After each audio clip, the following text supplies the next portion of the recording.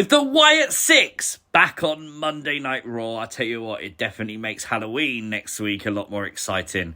But with Karrion Kross literally coming out swinging, saying to Dexter Lumis that he is the only person to never lie to him, are we going to get a story here where Karrion Kross tries to get into the mind of the members of the Wyatt Sicks? That could be potentially very interesting. There was a video posted by WWE from Raw Talk as The Miz tried to run out of the arena. Karrion Kross would stop him, Miz wanting nothing to do with the Wyatt Sicks, and the authors of pain were in his way. Karrion Kross saying, "One of my guys took a bullet for you."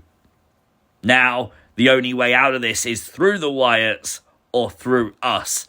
I absolutely love the storytelling dynamic here. Miz does not want to be doing this. Miz does not want to do anything with the Wyatt Sicks. He doesn't want to be by the side of Karrion Kross in a war with Uncle Howdy. But this is the position he's found himself in.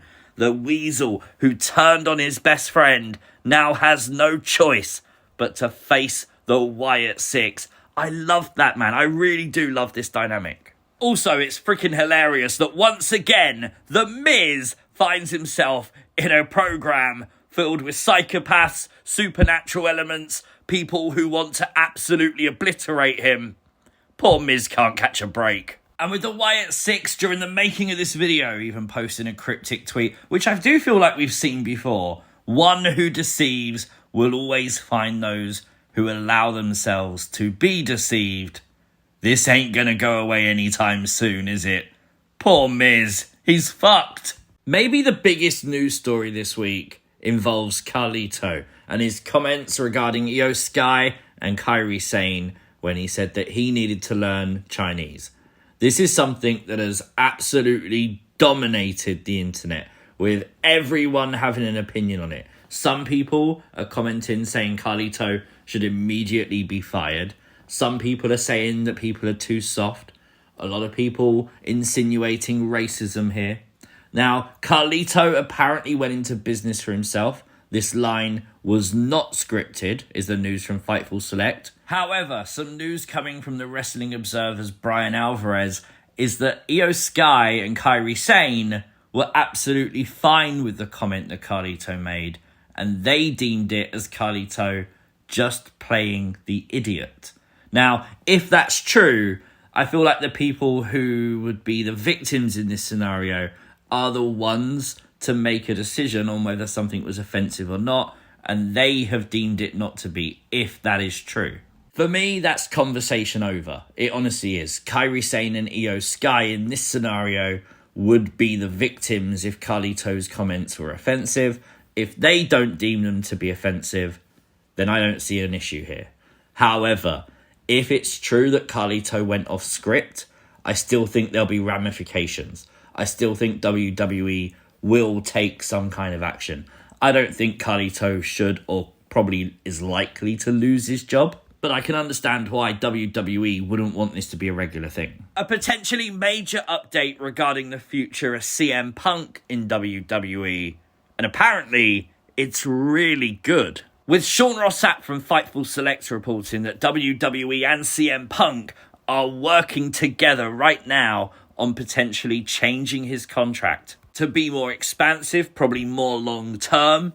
This is really interesting. Obviously, CM Punk come back to WWE amidst a lot of controversy. The deal was originally done very abruptly, so now it's time to extend it and make it exactly what WWE and CM Punk want it to be. There's a lot of rumours that once CM Punk is done in the ring, that he may transition into a Shawn Michaels-like role, potentially even running NXT. That would be insane. Think about the new generation learning promo skills and wrestling ability from the best in the world, CM Punk. The future could be very bright. To put it another way, you could say the future is GOLDBERG. Yep, there's some news about GOLDBERG from WrestleVote's weekly Q&A. GOLDBERG is rumoured to be interfering in the Gunther-Cody match at Crown Jewel. That would, if it happens, set up a match between Gunther and GOLDBERG. I think I actually kind of want to see it. I know, crucify me now. But nonetheless, I think the match could be fun, especially if Gunther squashes Goldberg. What's interesting, though, is surely Kevin Owens could potentially get involved in this match. We're all predicting this, right? Kevin Owens screwing Cody Rhodes out of the Crown Jewel Championship.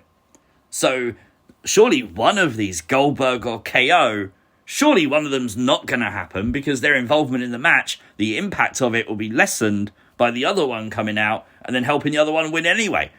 Oh my God, it's going to be chaos. Don't forget, one of my favourite WWE PLEs, Halloween Havoc, will take place this Sunday night, October 27th. There is a lot of big matches already announced for this, but I do think we're going to get something special between Wendy, Choo and Tatum Paxley. Tatum Paxley was abducted by Wendy, Choo. We haven't heard an update yet. As far as we know, Wendy, Choo still has Tatum Paxley.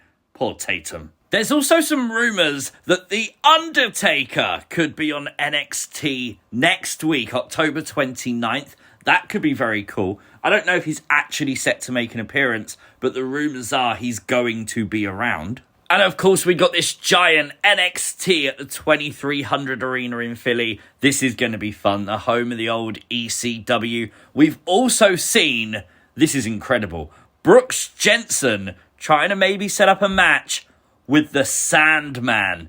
Sandman's like in his 60s. Can he wrestle? I don't care. Get him in the ring. Talking of in the ring, Rhea Ripley versus Dominik Mysterio could be a very real possibility, with sources stating that WWE is interested in running this intergender match. We'll have to see how it shapes up. Typically what you see is the female just completely dominate the male in WWE. Perhaps that's what we'll see here. Maybe with the involvement of Liv and Raquel. We'll see. Talking of Liv Morgan is going to be a guest on the Impaulsive podcast with Logan Paul. This picture posted onto Instagram teasing Liv Morgan as a guest. They know how to hook me to watch Impaulsive, didn't they? Just put Liv on it. There was a really nasty report out there this week after Samantha Irvin announced her departure from WWE on Monday.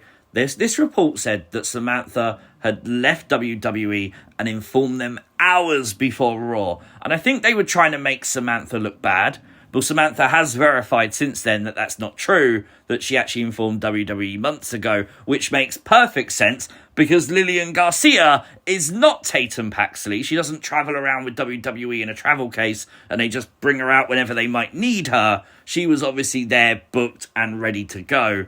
So, makes a lot of sense. Lillian Garcia would go on Instagram Live and confirm that she is back on a full-time schedule, although there's a lot of news that might just be temporary. There are also reports that state the departure of Samantha Irvin was amicable and both sides agreed, and that WWE is hopeful that Samantha might come back for projects in the future when it's beneficial to both parties. A huge debut took place last night. This is Zaria. This is the formerly known as Delta pro wrestler from Australia, and a lot of hype is put on her shoulders on NXT. We expected her debut at Halloween Havoc. They played a nice trick on us and had a debut at the end of NXT last night, but we still expect her to show up Sunday. That should be interesting. WrestleVotes are reporting that the reaction from the crowd for Bron Breakker's standoff with Jacob Fatu was a lot bigger than people in WWE expected, and they take it as a very good sign for the future. As they should. These people are future main event world champions. And the fact that you tease something now and it's already over, brilliant. It shows that WWE is building people. And how could I end this video without just mentioning the fact Ethan Page has dropped a diss track on Trick Williams as Ethan Page dresses as the devil, obviously ahead of Halloween Havoc. And it's absolutely brilliant. I loved every single second of it. But there is your WWE news you might have missed. Honestly, quite a lot to talk about. Quite a lot of big stories to talk about as well. But let me know all your thoughts, your theories in the comments section down below. If you are new to the channel, hit the subscribe button, like the video, share the video, and I'll catch you next time. Peace!